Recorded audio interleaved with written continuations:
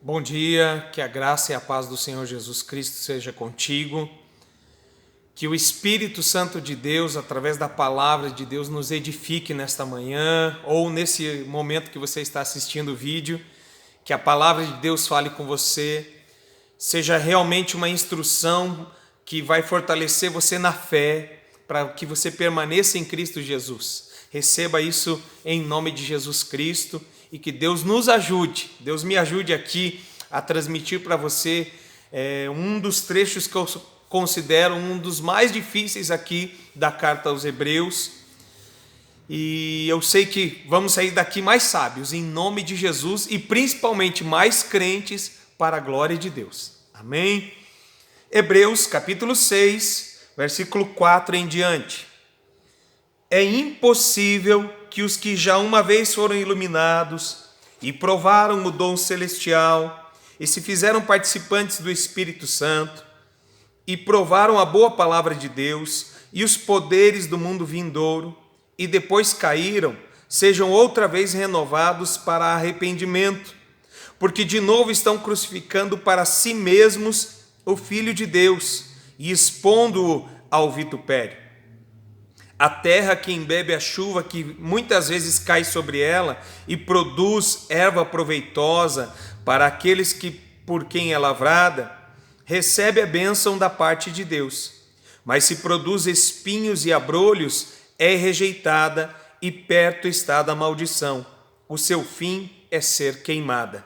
Mas de vós, ó amados, esperamos coisas melhores. Depois de o autor falar acerca dos crentes que se recusam a crescer, que sempre precisam ser lembrados das verdades fundamentais, ele avança para o primeiro dos impossíveis citados aqui na carta aos Hebreus. Isso aqui já é uma discussão de milhares de anos, se assim a gente pode dizer. Para o arminianismo, né? O arminianismo concorda literalmente com o que diz o texto e usa até como prova de que é possível sim alguém cair da graça. Já o calvinismo interpreta de uma maneira diferente, né? Que um crente genuíno jamais sofrerá tal impossibilidade, porque ele não decai da fé, ele está seguro, né? E isso aqui é possível acontecer apenas com um mero professante, né, que percebeu as verdades do cristianismo apenas de uma maneira externa. Pessoas que provam os privilégios visualmente, externamente, são testemunhas dos milagres de Jesus, como foi Judas Iscariotes, por exemplo. Né? Judas Iscariotes foi alguém que testemunhou muitos dos milagres de Jesus, que caminhou com Jesus, que ouviu os ensinos de Jesus, estava próximo a Jesus e aos demais discípulos, mas que no fim da sua carreira acaba entregando Jesus, traindo Jesus, né? E por fim ainda suicidando-se. Né? Então, o mero professante é aquela pessoa que foi instruída pela mesma palavra, que bebeu da mesma rocha, que participa conosco das nossas reuniões, que vê os milagres acontecendo na vida de outra pessoa, que prova de uma maneira até emocional, consegue provar o Evangelho, que recebe o Evangelho na sua mente, mas no coração continua sendo um incrédulo. Né? Então, é complicado ir por esse caminho, tá? Mas, até porque eu creio que esse texto não está falando simplesmente do mero professante. Eu estou explicando como é que o arminianismo lê e como é que o calvinismo lê.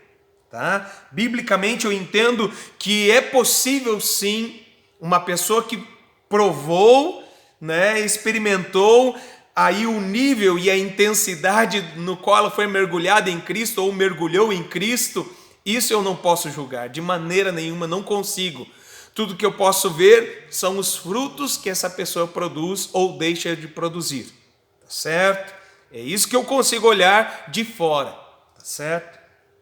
Porém, eu vou ser o mais bíblico possível que eu consigo ser dentro daquilo que o Espírito Santo me deu a compreender, dentro daquilo que busquei estudando, tá certo? Então aqui,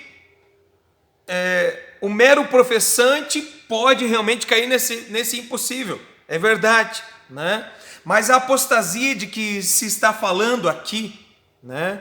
O cair da fé, recaíram da fé, né? Essa apostasia que está sendo tratada aqui não é de algum deslize que acontece na vida de um crente, né?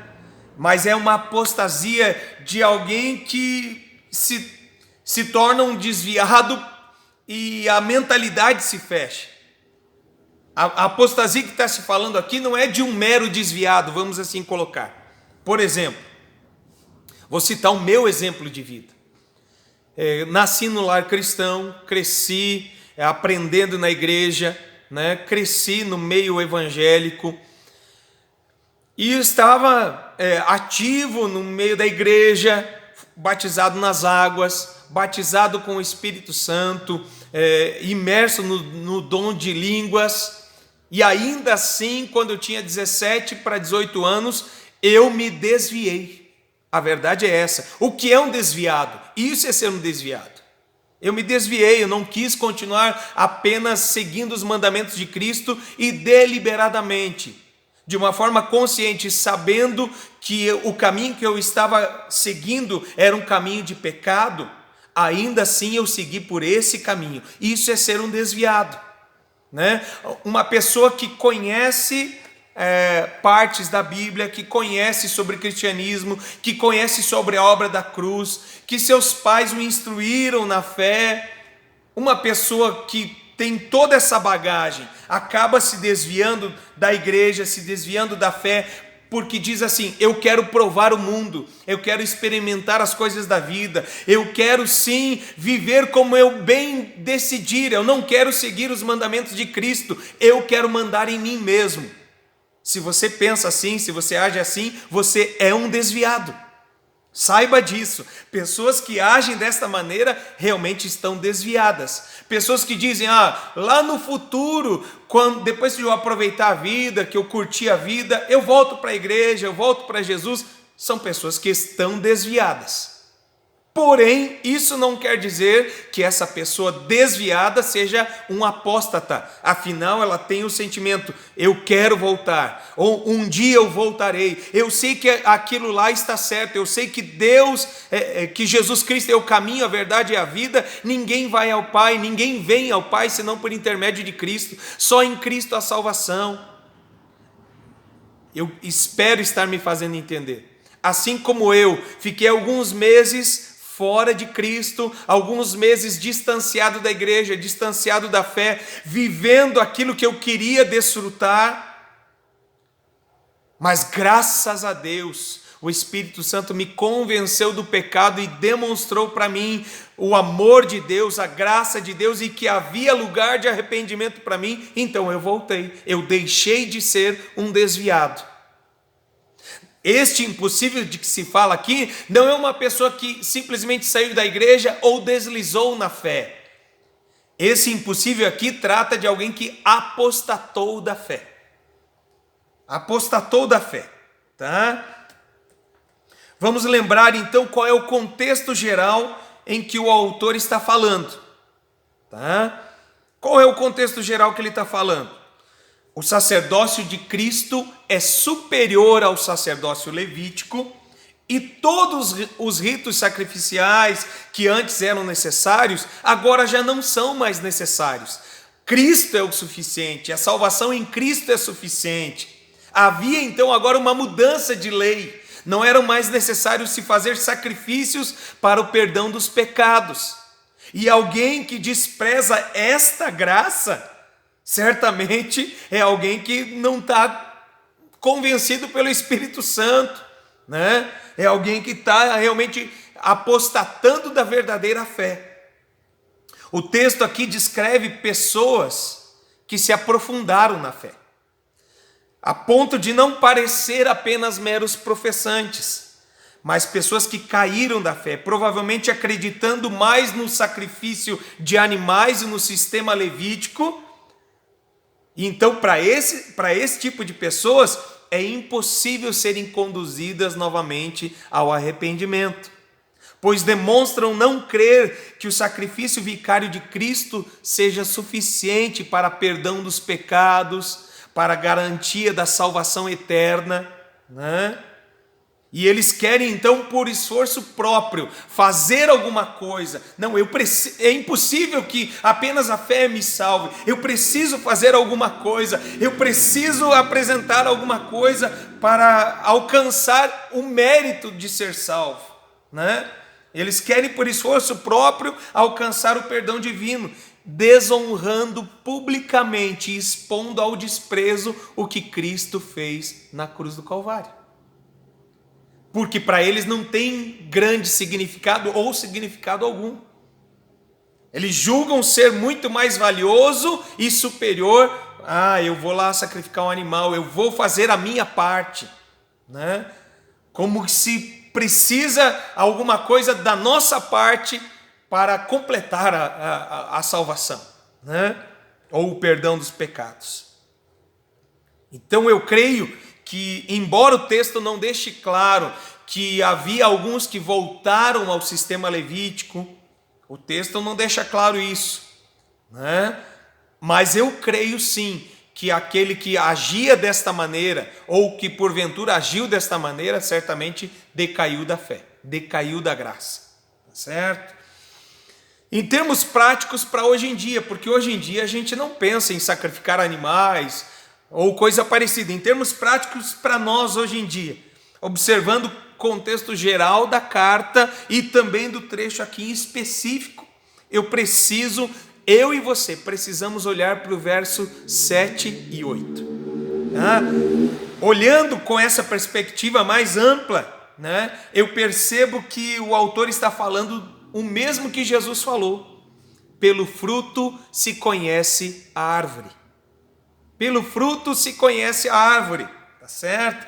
E ali o autor está falando da possibilidade de uma terra boa e frutífera se tornar numa terra ruim e infrutífera. Veja lá, 7 e 8. A terra que embebe a chuva, que muitas vezes cai sobre ela e produz erva proveitosa para aqueles por quem é lavrada, recebe a bênção da parte de Deus. Mas se produz espinhos e abrolhos, é rejeitada, e perto está da maldição, o seu fim é ser queimada. Logicamente, é fácil de entender, gente. É fácil de entender, meu irmão, minha irmã, você que está me assistindo, é fácil de entender que alguém que um dia produziu bons frutos, foi fiel a Deus, perseverou na fé, estava abraçado a Cristo, enraizado na fé, infelizmente é possível que esta pessoa passe a dar maus frutos e realmente apostate da fé. É possível. Ezequiel, se não me falha a memória, está escrito assim, que Deus jamais vai julgar alguém ou condenar alguém quando está fazendo o bem, mas ainda que alguém que sempre fez o bem agora passa a fazer o mal, esta pessoa será também julgada pelo seu mal e não pelo bem, por todo o bem que fez outrora. Ela vai ser condenada pelo que fez de errado. É a mesma coisa que eu e você, por exemplo. Eu sou motorista já há vários anos aqui no nosso país. E eu sei muito bem que se eu avançar um sinal vermelho, ultrapassar um sinal vermelho e for flagrado, serei multado. E terei que pagar esta multa. Ninguém vai me multar pelas vezes que eu cheguei e parei em frente ao sinal vermelho. Ninguém vai me punir por eu atravessar o sinal verde. Mas eu não posso chegar para o juiz e dizer assim, mas eu nunca faço isso, eu quase sempre, eu sempre paro quando o sinal está vermelho, mas naquele dia eu estava apressado e tive que ultrapassar o sinal vermelho. O juiz vai dizer, sinto muito, você vai ser punido, você vai ser condenado por causa disso. Eu espero estar me fazendo entender. Então não quer dizer que alguém que sempre fez o correto, que sempre esteve no caminho, que sempre seguiu a Cristo, não quer dizer que se ele deixar de vigiar e tomar outro caminho não quer dizer que isso é impossível. Tá? Isso pode acontecer. E na terra, né, eu até busquei a possibilidade disso acontecer ou não, mas eu entendo que é possível, né? Até se algum agricultor, alguém experiente assistir esse vídeo, quiser fazer algum comentário, eu ficarei muito feliz a esse respeito. Tá? Mas o que eu entendo aqui é que o autor está dizendo assim, é possível que uma terra boa e frutífera torne-se uma terra ruim e infrutífera. Um exemplo, quando ervas daninhas ou plantas daninhas estragam a colheita, se elas forem em grande número, é possível que esta colheita seja condenada e essa terra precise ser queimada, porque não tem outra maneira de eliminar aquela erva daninha.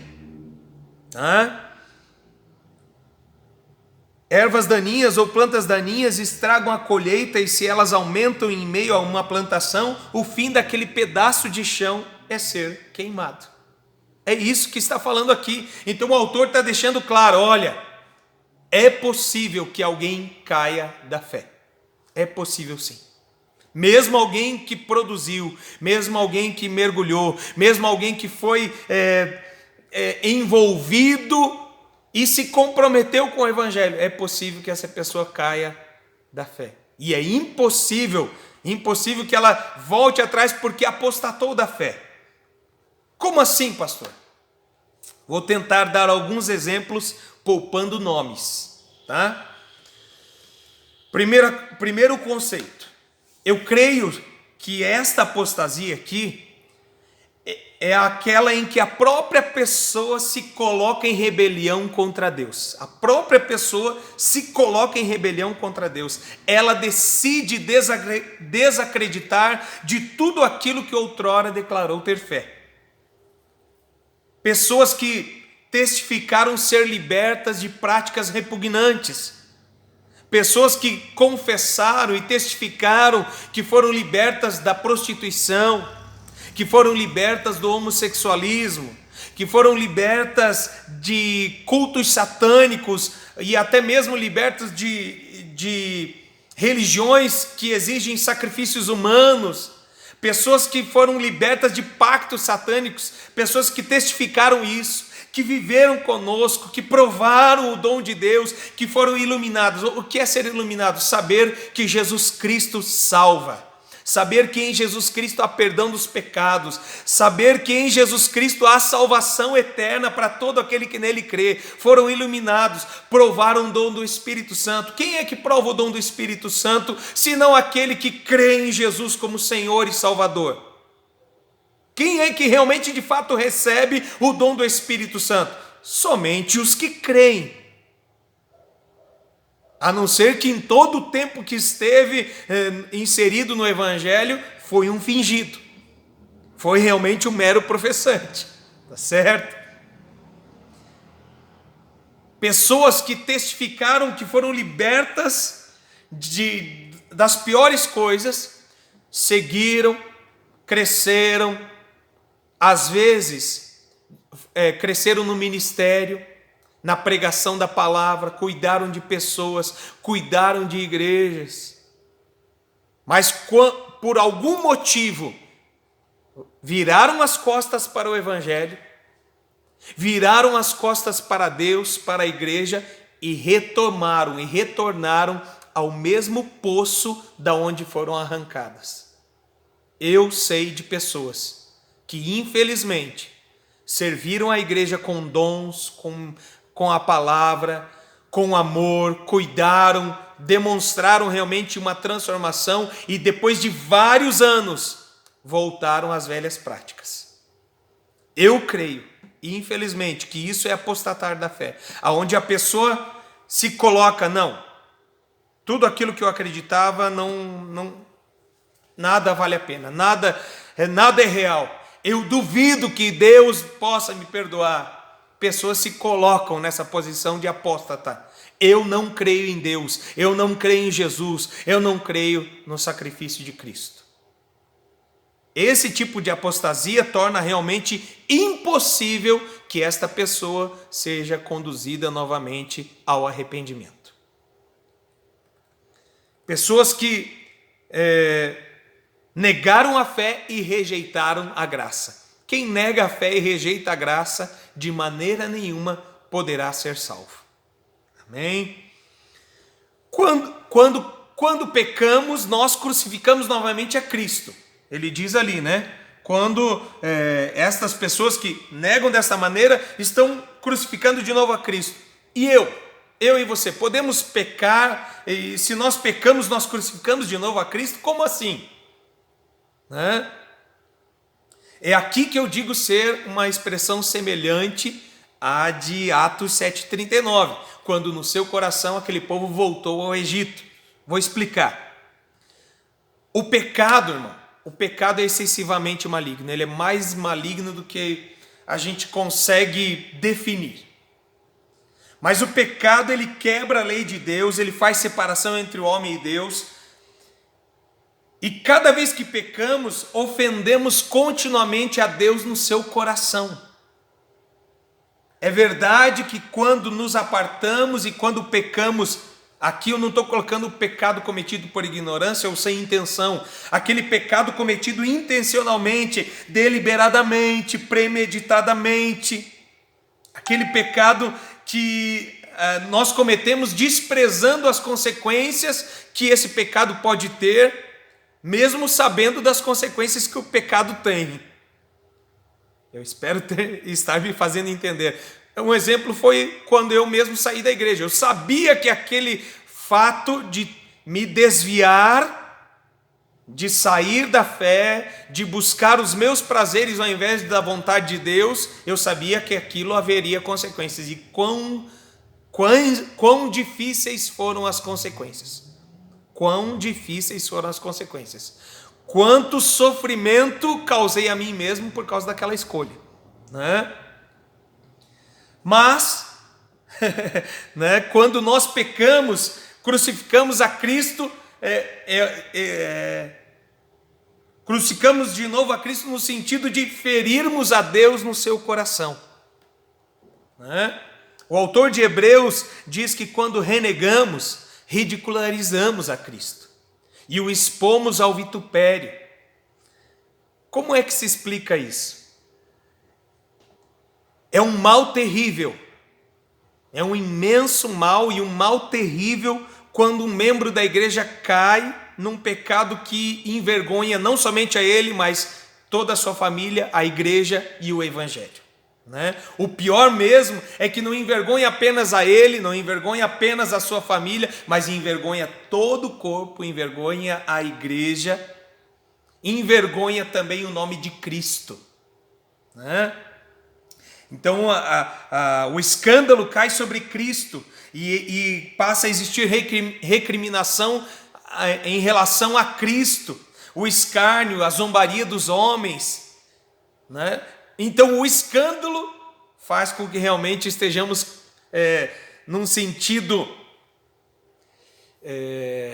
eu não sei a melhor palavra para usar aqui, né? Mas crucificamos no coração, certo? O coração de Deus se ofende quando nós pecamos, quando nos desviamos, quando nos afastamos, quando desprezamos o seu sacrifício. Então aqui fica uma lição: eu não posso escandalizar o evangelho, eu não posso escandalizar a igreja, eu não posso, como disse Jesus, né? Ai daquele por quem vem o escândalo, melhor lhe fora prender uma pedra no pescoço e se jogar no mar, né? Ai daquele por quem vem o escândalo. Por quê? Porque envergonha a si mesmo, envergonha o corpo de Cristo e envergonha o próprio Cristo.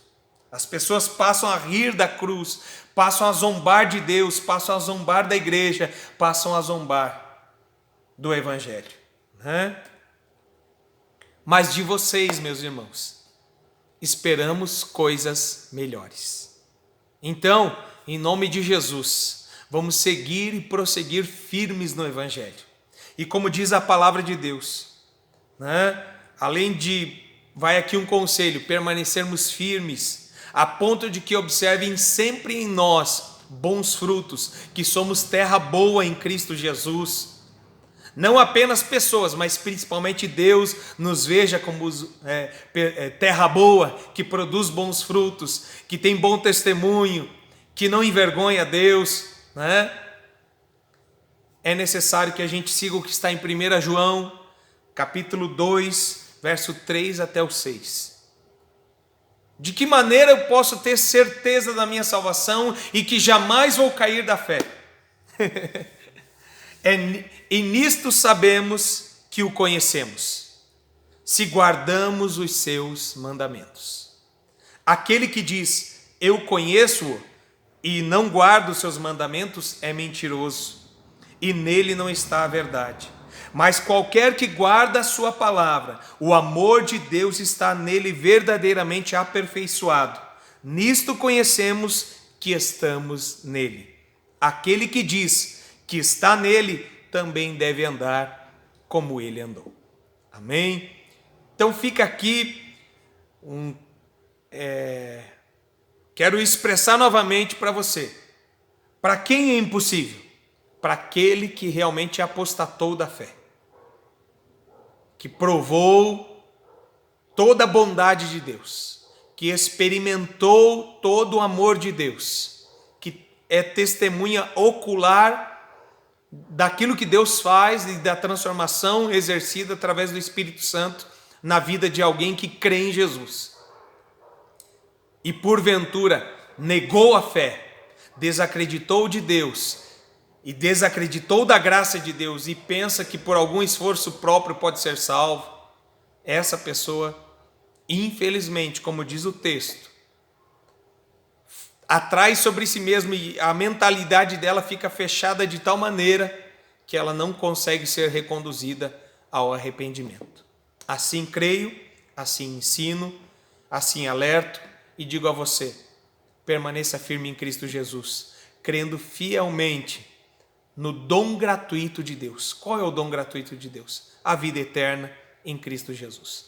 Que Deus abençoe a todos em nome do Senhor Jesus. Até logo mais, continuando o nosso estudo. Um abraço.